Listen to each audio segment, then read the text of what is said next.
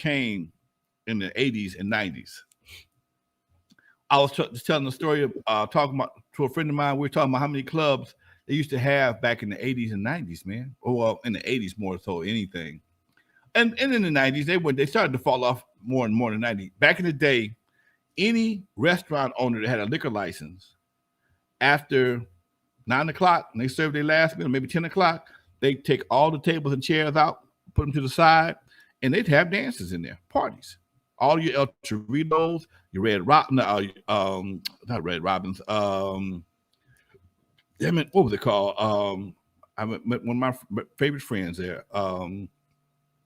They had all kinds of restaurants that would just open up the doors and turn them into clubs. Okay. Lakewood did that. There was one in Lakewood that did that. Yeah, right there in Lakewood. I was a regular there, and when gang banging came in, the liability factor went through the roof, and people stopped doing it. And at one time, we had over 100 clubs in LA, dude. You can go anywhere, any night of the week, and it wasn't a whole lot of money to go out. Drinks was reasonable, blah blah blah. Parking was no big deal. And you had, because I worked on the weekends most of the time at Eve After Dark, but I still wanted to get my grown folk party on. So me and Unknown go down to Marina Del Rey, Flanagan's, Osco's in Beverly Hills, or West LA, go to Paradise 24. And all these spots were something else, but every black folks had them on Thursdays or Wednesdays or Tuesdays. And sometimes there was restaurants that had just moved the tables out. My boy Edwin from Music People, that was his biggest business, was renting his speakers to restaurants like the Bit and Apple and the Highwaymen and the Playboy Club, because after a certain time they moved the chairs back and started dancing. So it was big money it was big money, and you can go out and do this, but at some point in time, the liability of the ignorance that gangbanging brought to facilities made it too high risk. Even the Century Club, Dre talks about the Century Club in one of his songs. I go to the Century Clubs with my jeans on, bring some home to squeeze on or some shit like that. Well, Century Club is in the middle of Century City, all things money. And you got black folks acting a fool on Sunday night, because back then, Century Club would go down a whole 9 yards. And ain't nobody gonna get sued behind no bullshit. And that's the part that people don't understand. Most of the shit that we're dealing with is bullshit. I just watched a video on YouTube, people fighting in casinos. You think how long you think that's gonna last? Not too long, not too long. That's gonna affect a lot of money. Yes, okay. You got 4 or 5, no, you got about 10 or 15 youngsters, barely 21, fighting, hitting folks over the head with bottles in the casino. How long you think that's gonna last? You think the casino's gonna go anywhere? Nope. Okay. So yeah, folks, understand the game. They're gonna take that situation right there and make it a major offense. You're gonna be stuck out there in the hot ass desert with no air conditioning. How about you got 6 months booed up? Oh man, clowning, I love it. Drawn, time for this one to come home. All right, there you go. Man, good stuff, dude.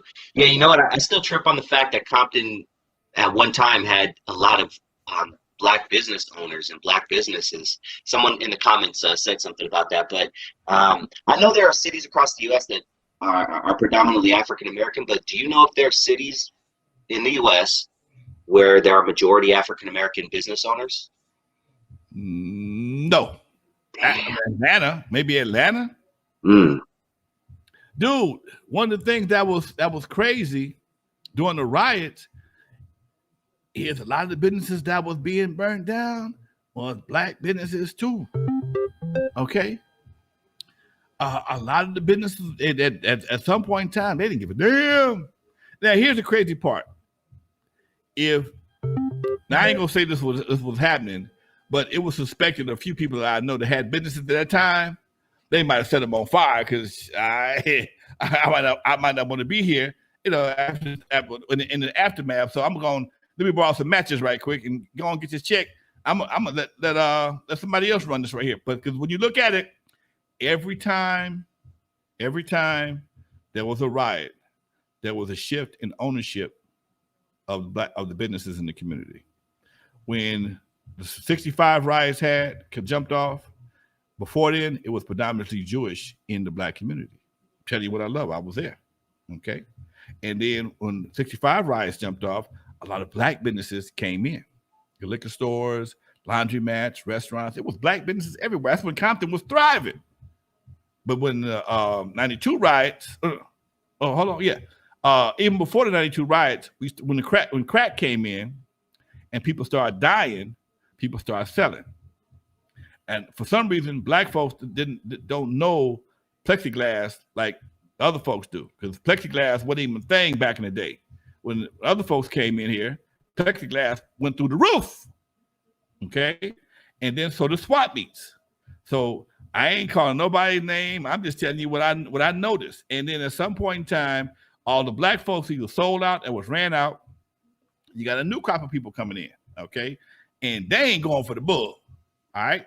So you had the Jewish community was there first. I remember all the grocery stores. My insurance man used to come to the house, knock on the door, collect that insurance money from my mama. Okay.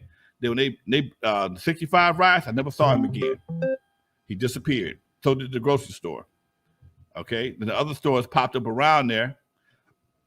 And then in 92, by the time 92 came around, it was pretty much predominantly others. I'm gonna put it like that. Others. All right. I don't want to say racist, but it was others. And here, on the last, I've been through three uprisings, put it that way.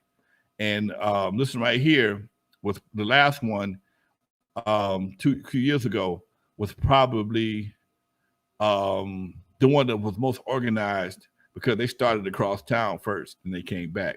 I never understood, why would you tear up something that you want if you got to use it? You got to buy gas, food. Why are you going to tear up the one that you need the most? That's like me getting mad at you and tearing up my studio. Why would I want to do that? I'm so mad at Dusty, I'm going to tear up my studio. Okay. Now, if it wasn't my studio, if it wasn't my equipment, I might feel that way. I'm going to tear up some stuff. It ain't mine no way. But if it's my stuff, that's the difference. That's the difference. If it's yours, you ain't going to tear it up. And you ain't gonna let nobody else tear it up. That's why you saw people on the roofs with shotguns and rifles and AR-15s doing the Rodney King situation. They was on the roofs. Man, I'll never get that image out of my head of the shootouts. Yes, we ain't going for it. Okay, put the matches down and get out of here. Because if you do, I got something hot for your ass. All right, there you go, Dusty. Yeah, man. Took a trip down memory lane. Time for this one to come home. I want to give a shout out to everybody in the chat. Much love, folks. Funky Fangs Productions, the homie Marlon Cozy always represents. See you on Saturday. I know you like those mix shows on my channel, Dusty Vision TV. Shout out to Rock BG. Shout out to American Negro. Thank you for holding down the chat room, American Negro. Definitely a pleasure. OG Steve, thank you so much, man, for the contribution tonight. Isaiah Edwards, happy birthday. Much love, everybody, man. I love these Saturday. I love these Tuesday shows, man. What's coming up on Thursday? Man, it's me and Dr. Dre. We have a guest, one of the brothers from the show. Beverly Hills is going the Bel Air, the Will Smith knockoff show. He's gonna be one of our guests, and that's me and Dr. Dre and my girl, Miss Bernadette. We'll be on there doing our thing, folks. So that's what we do. That's gonna be dope. Always a pleasure, man. This hour always flies by, man. Much love to everybody in the chat room. Thank y'all for watching. Thank you for all the donations. I appreciate it. And Dusty, we out of here, Doc. Like yesterday's calendar.